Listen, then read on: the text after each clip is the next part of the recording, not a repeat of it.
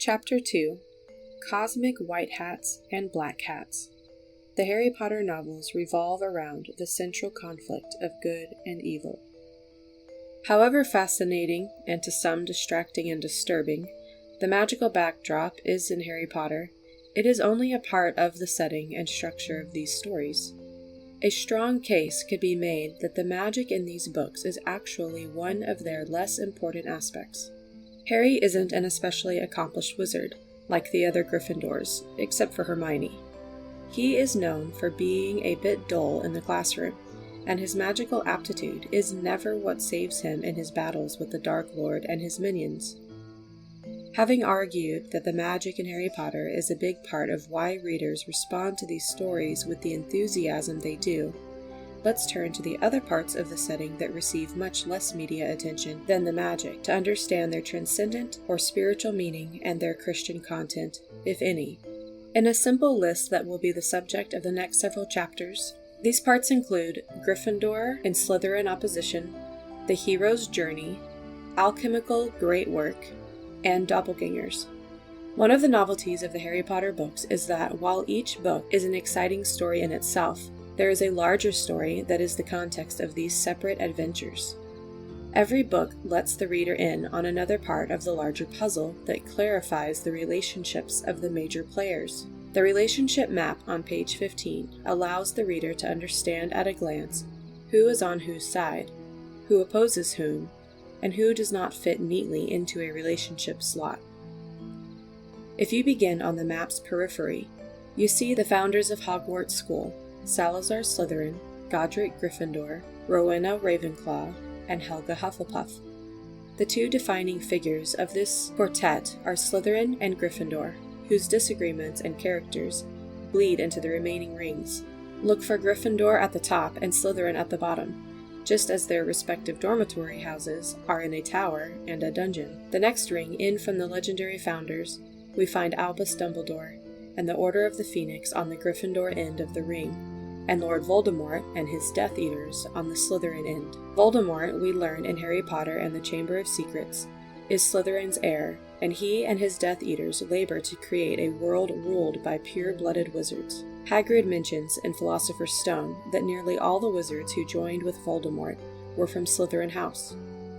Dumbledore is linked with Gryffindor by artifacts and personal history. He owns the sorting hat that belonged to Godric Gryffindor, and the sword of Godric Gryffindor that Harry pulls from it in Chamber of Secrets. The sorting hat, sword in hat, get it?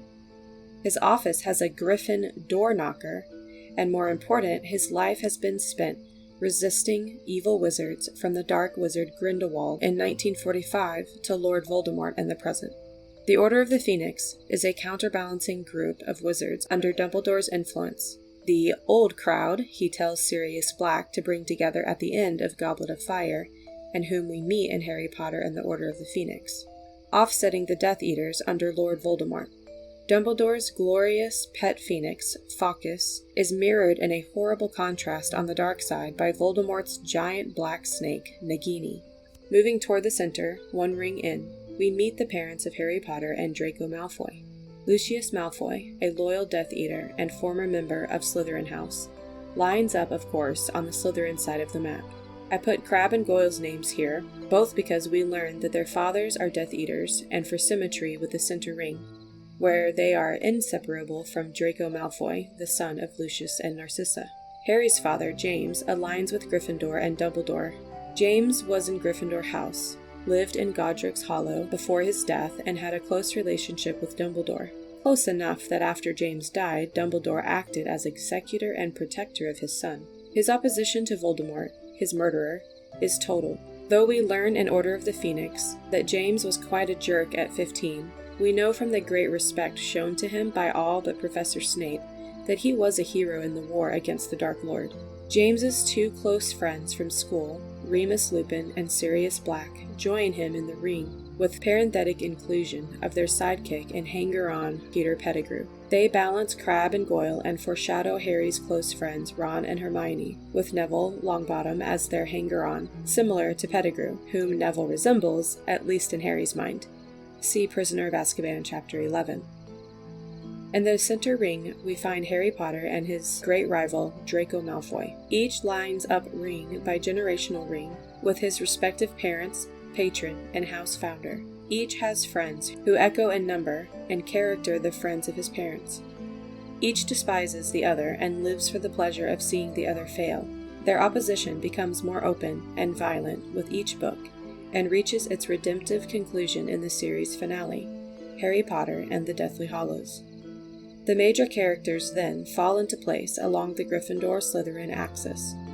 The other characters, Hagrid, the Weasleys, and Professor McGonagall, are in the Order of the Phoenix, and we have to suspect strongly that Ludo Bagman, the Minister of Magic, and Rita Skeeter, among others, are at least sympathizers, if not collaborators, with Lord Voldemort. But there are a few question marks. More important, on whose side is Professor Severus Snape? As the master of Slytherin House and an alumnus of the same, an open enemy of Harry Potter, his father, and his father's friends, and a Death Eater with the dark mark tattooed on his arm, isn't it obvious? No, not really. Snape haunts Professor Quirrell and Voldemort in Philosopher's Stone and does everything he can to keep him from winning the stone. He saves Harry's life in the same book, and has Dumbledore's trust because he acted as a double agent for the Gryffindor side in the last war with Voldemort. At the end of Goblet of Fire, and all through Order of the Phoenix, Professor Snape returns to Lord Voldemort at Dumbledore's request, and at obvious risk of his life. Whose side is he on? We don't learn until the very end of Deathly Hallows, but he seems to be on his own side, which is to be on both sides of the map and neither side. Even after he seems to murder Dumbledore in Half-Blood Prince, there is good reason to doubt that Snape has shown his true colors. By not being able to place Snape, the map highlights his role as a critical or swing character. Does this Gryffindor/Slytherin opposition have a greater meaning than, say, the struggle between two football teams? Yep. We need to note that Slytherins are notoriously vicious and unapologetically focused on getting more power. The Gryffindors, though, not incapable of some over-the-top behaviors and recklessness, do not torture muggles for jollies or harass magical folk because they can. The battle between Gryffindor and Slytherin is a battle between good and evil. I will even argue, believe it or not, that it is a reflection of the battle between those who serve Christ and those who serve the evil one. You may have read Christian critics of the Potter books who assert that Harry's world is morally ambiguous because the White Hats need cleaning and the Black Hats demonstrate sufficient loyalty to one another not to be jet black. This is just silly. Frankly, some folks need to get out more. As W.H. Auden explained in his defense of Tolkien, yes, the author of The Lord of the Rings was charged with this type of ambiguity too, the difference between the good and the bad guys in fiction comes down to the choices each makes. Bad guys don't do the wrong thing after struggling with a decision. They almost automatically do what most advances their individual or group advantage, without regard for principle. Good guys often are tempted to do the wrong thing, may even do the wrong thing, but they either choose the right or repent of their error in light of right and wrong. This is exactly the situation between the Gryffindor White Hats and Slytherin Black Hats. The Gryffindors, most often the lead players, Harry, Ron, and Hermione, choose to do the right thing, usually after some hand-wringing and soul-searching, though doing the right thing will probably mean their death. The Slytherins do the wrong thing without reservation or restraint. The meanings of the house names, their respective house symbols, and even the title given to Lord Voldemort all point to this fictional division that defines Rowling's magical world being a deliberate parallel with Christianity and the spiritual realities of life on Earth as described by Christian and other traditions. Gryffindor is named for its founder, Godric Gryffindor, whose first name means godly or worshipful. David Colbert, author of The Magical Worlds of Harry Potter, tells us that Gryffindor is French for golden griffin, and that the griffin is commonly used as a symbol of Christ. Sound like a reach? Hardly. Remember from your fairy tales that a griffin is half lion and half eagle? Lions are considered the kings of the terrestrial animal world, and eagles are considered kings of the sky. An animal that is two-natured, one in essence, and king of heaven and earth? More about symbolism and griffins in Chapter 9. But the main point here is that the Gryffindor versus Slytherin matchup is a lot bigger than a Cubs versus Red Sox slugfest. Oddly enough, on the surface at least, the house animal on the Gryffindor banners is not a golden griffin, but a red lion. This is a clear tip of the hat to Lewis's Aslan, the Christ-like lion of the Narnia books, although Lewis didn't invent this symbolism. The red lion as an emblem for Christ is part of traditional and alchemical imagery. See Chapter 4. The phoenix, sometimes called the resurrection bird, is also a symbol for Christ, and a natural title for Dumbledore's adult army in the Order of the Phoenix. Not enough? Well, how about those Slytherin nasties then? Their connection with the devil is remarkable. Their mascot is a serpent. Their founder's name, Salazar Slytherin, is full of hissing, serpentine sounds and suggests the motion a snake makes on the ground, Slytherin. See Genesis 3:14. And their leader is the Dark Lord. I don't think this is coincidental, and that Voldemort's intimates are called Death Eaters is just icing on the cake. The opposite of Death Eaters is Life Eaters, and those who eat the body and blood of God, who is the way, the truth, and the life, are Christians.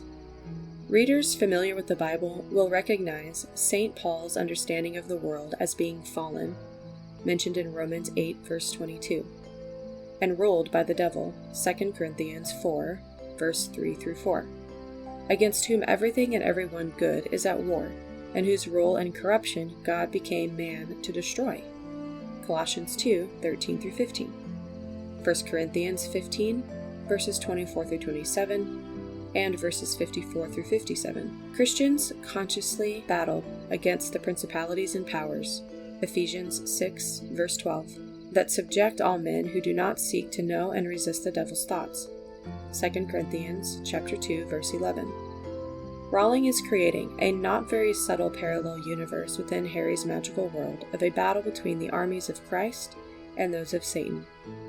The central conflict of the Harry Potter books is the antagonism between the descendants of Godric Gryffindor and the descendants of Salazar Slytherin, a conflict that is consistent with the Christian view of the world as a battleground in the cosmic war between good and evil. Even though there are ignoble Gryffindors and ultimately heroic Slytherins, the many clues in names and words in the stories point to Gryffindor House as being much like God's army, and Slytherin House as being like Satan's servants.